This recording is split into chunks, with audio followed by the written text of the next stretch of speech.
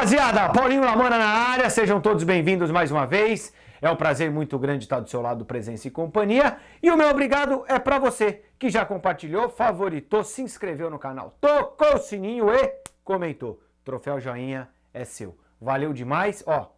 Toca o sininho, se inscreve no canal e também não se esqueça do Telegram. Lembra do Telegram? Pois é, lá eu passo algumas dicas, você que é da B3 aí no Brasil, eu tenho passado muitas marcações a respeito do mini índice e elas têm feito assim a diferença para muitas pessoas que inclusive nem imagina como é que eu as faço. Então, dá uma chegadinha lá que você não vai se arrepender. Pergunta do Thiago. Paulinho, quanto menos opero, melhor meus resultados. Como controlar o impulso de operar muito? Cara, eu uso uma frase com muita frequência, além daquela o simples funciona, que é menos ou o menos é mais. Qual que é o seu objetivo no mercado? Se o seu objetivo for operar muito, você está atingindo, talvez, né?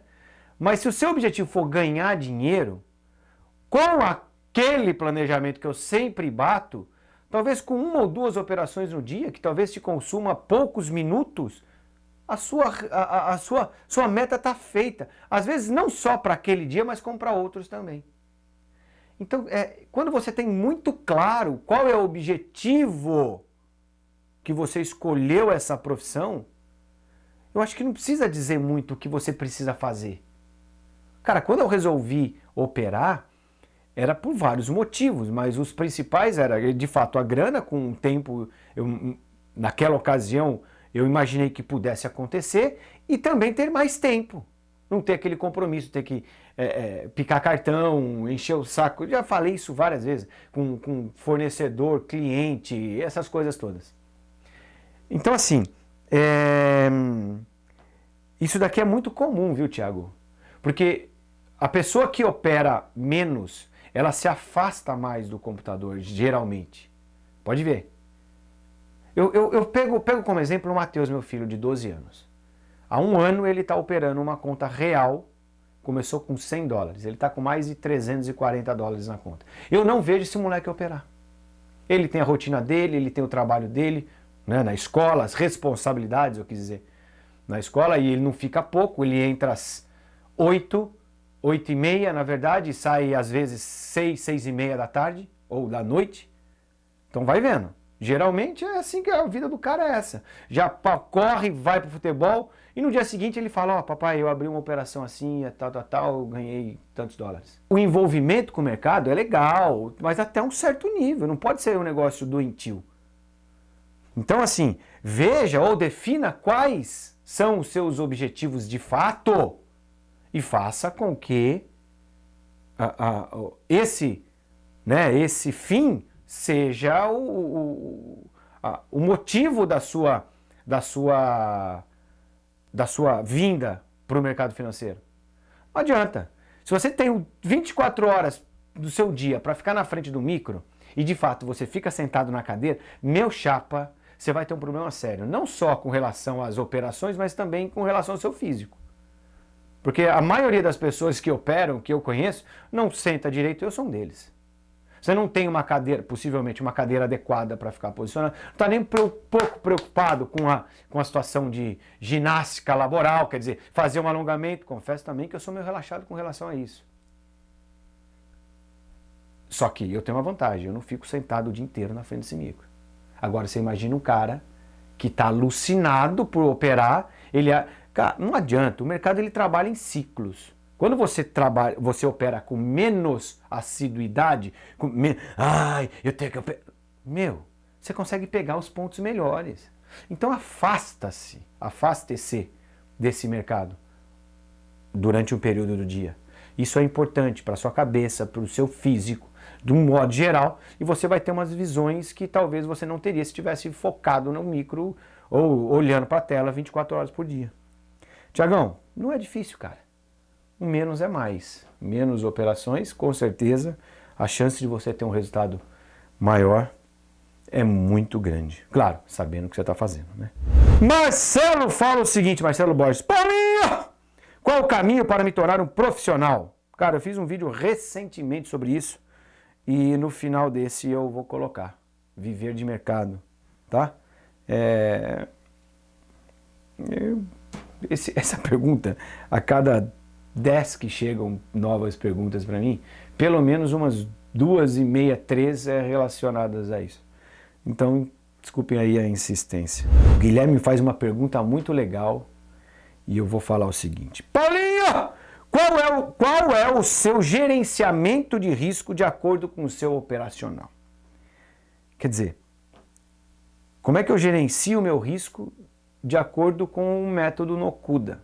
Primeiro que o método Nokuda ele trabalha em 3 pilares, que é o planejamento, o mindset sempre afiado e a parte de fato operacional. Isso é o primeiro que eu quero falar. A segunda situação que eu quero falar é que quem define o risco que vai estar definindo o meu gerenciamento não é a estratégia que você está utilizando. Quem fala isso é amador, não sabe o que está falando. É muito comum alguém falar assim, mas eu uso uma estratégia que me dá 2 de risco ou 3 de risco para 1 de retorno. Não sabe o que está falando, mano. Porque uma mesma estratégia, ora vai dar isso, ora não. E quem faz essa decisão não é a estratégia. Digo, deu entrada, por exemplo, tem um setup e tal, deu entrada. O risco está de 3 para 1. Risco 3, resultado 1, retorno 1. Quer dizer, em tese, teoricamente, desfavorável. Quem vai assumir essa responsabilidade não é a estratégia, é o cara que aperta o botão. Se o cara quer que com cruzamento de média a relação de risco-retorno dele seja 1 para 200, ele vai ter que esperar essa condição para que quando houver esse sinal, ele vai lá apertar o botão. Não é difícil entender, né? Então quando o cara chega para mim e fala, eu estou usando uma estratégia tal, que está utilizando uma relação de risco-retorno de 3 para 1, o cara não sabe o que está falando. Ou tem que aprender muito mais ainda. E eu acho que não é difícil de entender. A definição do meu gerenciamento, Guilherme, é o Guilherme de Giovanni, é isso aí. A definição do meu gerenciamento de risco, ela está muito casada com os objetivos que eu tenho na minha conta naquela situação. Quanto eu tenho de gordura? Fiz um vídeo a semana passada falando sobre isso. Dá uma olhadinha lá que você vai encontrar também mais informações a respeito. Mas eu tenho que levar em consideração alguns fatores. E dentre eles, sem dúvida, que a parte que define o que eu quero para essa determinada conta ou determinado capital, ou enfim, fala muito alto, né? Então, mas geralmente eu não deixo uma operação que está só para, não importa, aí não importa se é uma operação, uma estratégia mais arriscada ou não, digo, uma conta que eu vou aceitar um risco maior para tentar ter um retorno maior também, que a gente sabe que isso aqui está ligado, quase que siamês falando, né? Tá grudado, os caras estão ali, simbioticamente, assim que fala, acho, né? Sei lá, deve ser. Não tem como separar, né? Mas enfim, faz o seguinte, posso me estender aqui, mas eu ia começar a falar a mesma coisa que eu falei no vídeo passado, salvo engano, esse vídeo passado. Dá uma chegadinha lá que você vai entender o que eu tô falando. Paulinho! É melhor começar em uma mesa proprietária devido aos fatores de risco ou com pouco que conseguir? Digo, capital próprio. Esse é do Sérgio Júnior, ele não fala de onde é. Cara, tá uma febre, né, mesa proprietária aí no Brasil. Dá uma impressão de que, pô, beleza, acertei, eu sei operar. O cara vai me dar lá 100 pau para operar, eu vou ganhar uma parte. Mas não é tão simples assim. Tem muita mesa aí que é furada. Que os caras estão querendo pegar o seu dinheiro. As maiores, eu não vou citar nomes, se eu não falo bem, eu não vou falar mal, né? Pelo menos eu evito. Só quando o negócio extrapola do limite. Mas não... Tem uns caras aí que, né, te obrigam obrigam, ou te vendem uma situação, uma ilusão de que a coisa é fácil. Vem comigo que você faz 500 por dia, mais ou menos assim. E aí a hora que você entra na mesa proprietária, cada hora aperta um pouco mais, que claramente o cara quer a bilheteria da sua inscrição ali, quer dizer, não quer que você progrida na mesa, ele quer o turnover, quer rodar. Sai 3, entra mais 3, sai 4, entra 4, só que nessa entrada e saída se deixou um dinheiro para os caras. Agora, tem mesas sérias. Se você encontrar uma e de fato te derem condições reais para trabalhar, eu acho que é uma boa, desde que você tenha, evidentemente, uma certa constância. Porque não adianta só fazer o teste e passar, o problema é continuar, cara. O meu pai sempre fala, e falava, né? Entrar numa universidade é a coisa mais fácil que tem, o difícil é sair dela com o diploma na mão. Pensa bem, você vai estudar durante um ano para fazer um teste, por exemplo, aí no Brasil é assim. Você entra, não importa qual, pode ser a mais fraca do mundo.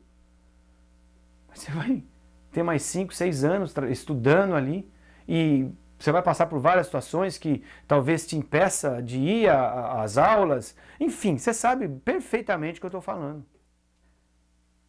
Você vai ter uma pressão. Quando você está numa mesa proprietária, a pressão existe. Talvez eles vão te dar alguns limites operacionais para poder trabalhar. Talvez a pressão não seja deles, porque os limites são bem estabelecidos, a mesa trava muitas coisas. Agora, o maior problema talvez esteja em você.